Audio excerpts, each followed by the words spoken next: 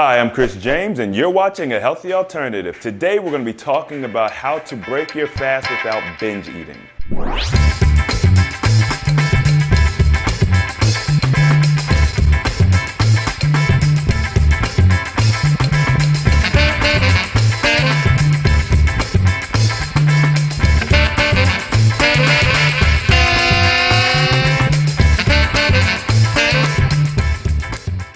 What's going on, guys? Quickly, I just want to remind you to use the notification bell if you guys want to make sure that you're getting notified whenever I release videos. I typically release the videos on Sunday around 10:30 or noon, so be looking out for that. And I only release it once a week, so I'm not going to spam your notification box, and I really appreciate the support.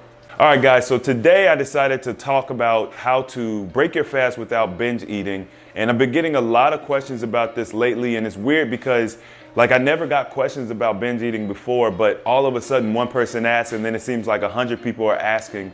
So I'm doing this video for you, and honestly, I really don't know too much how to approach it because I never had any issues with binge eating. But what I'm gonna do is I'm gonna tell you how to prep for your fast, a little bit of how to prep for your fast to help circumvent this binge eating practice that happens after you fast. So first of all, I want to say that when we're doing water fasting, we've got to change our perspective on what water fasting is. Okay, so it's not a diet, and it's not something that you're doing just for the moment or to lose a few pounds real quick. You want to shift your perception of fasting and start incorporating fasting into your life on a daily basis.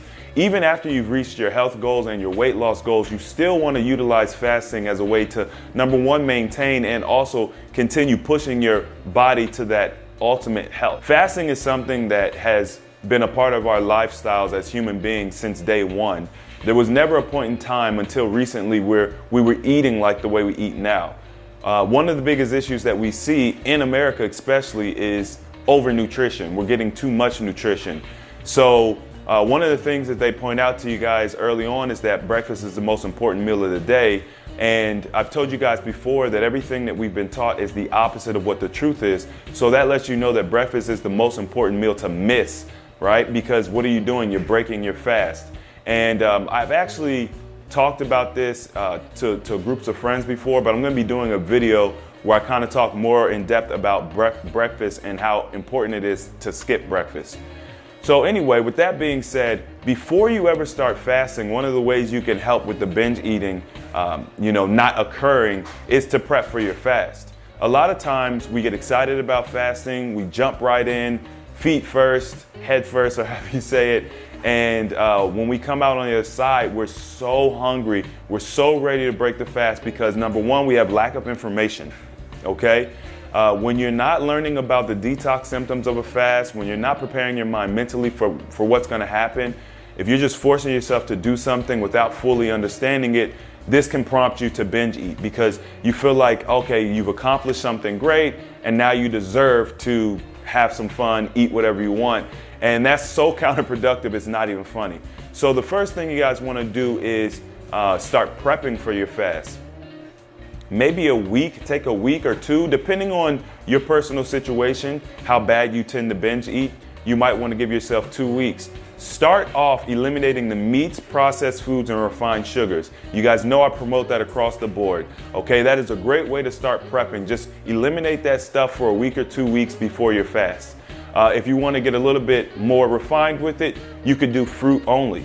Fruit only, I would suggest doing fruit only for a week. That's a great way to keep yourself from binging because basically what you're gonna do is you're gonna start the detox process early so that when you're actually fasting, it's not as difficult. And I mentioned this in my fasting prep video, which I will leave a card for you guys up there. But it's a great way to prep for the fast, get your body ready. And some people think that you're supposed to stay away from sugars. Well, remember, I just mentioned staying away from the refined sugars, but the fruit sugars are completely good for you. So have fun with it. Get your favorite pineapple, your oranges, whatever it is you like, and eat that. Smoothies, do whatever you want with it. Enjoy it. Do that for a week, then hit your fast. You can also practice doing a little bit of intermittent fasting leading up to your pure water fast. So you can either do a 1 meal a day deal where you're only eating 1 meal at night, preferably around 5 o'clock or so. Well, technically people say the best time to eat is noon, but realistically speaking, usually after your work day and things of that nature, it's good to get a good meal in at night for dinner.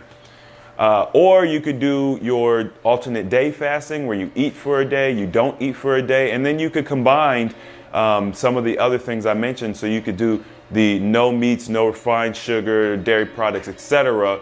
And then you could fast for a day and then go back to that diet. Or you could do fruit for one day, do a water fast one day, fruit for one day. So you're alternating.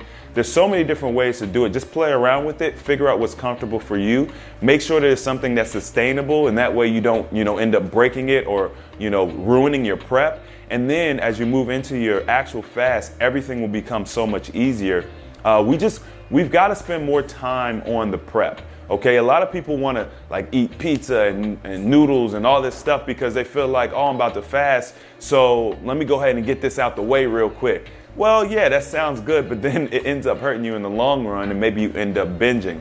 Remember, the whole goal is to reduce those cravings ultimately across the board. We don't ever want to be going back to eating these types of foods. And one of the easiest way to do that is a long-term water fast. But if when you come off your long-term water fast, you go right back to binging on the food, it's kind of a counterproductive situation. So we don't want to do that. So we spoke about changing perspective. Fasting is a lifestyle. We spoke about doing a little prepping, okay, before you actually do your fast. The last thing that I'm going to speak about as far as not binging when you come off your fast is a plan of action for when you come off of your fast. So one of the things I like to do is look at the different cooking channels, the alkaline cooking channels, and go to the grocery store. Buy all of the food that you plan on eating when you plan to break your fast. Make sure that you guys are finding foods that you enjoy. Okay, yes, it's extra work because you're used to just going and getting a pizza or going to get lasagna or going to get some, fish or whatever. Do the extra work. Find some meals that are savory, that are really satiating for you. Have that stuff prepped and ready to go. That way, when you break your fast, you already have that food available. It's readily available. It's right there. Eliminate the other foods. Okay, so if you like binging on pizza, chips, cookies, and etc., make sure that stuff's not in your house when you're coming off of your fast. The worst thing you could do is tempt yourself with these things when you know you have a weakness for it. It just doesn't make sense. So I think that this is a good outline. It's a good start. I don't want to make this video too long, but I hope you guys enjoyed the information. Please feel free to give me feedback in the comment section.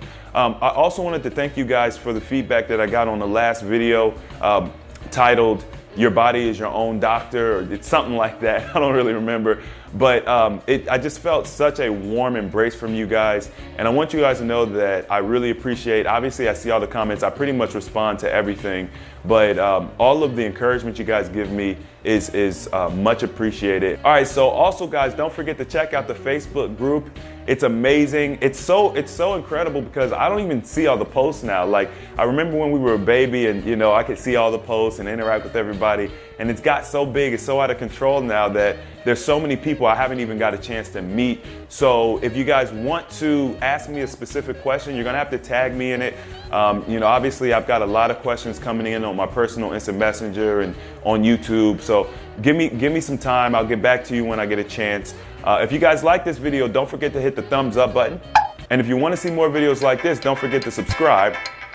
And as always, the application of knowledge is power. And I will see you guys next time.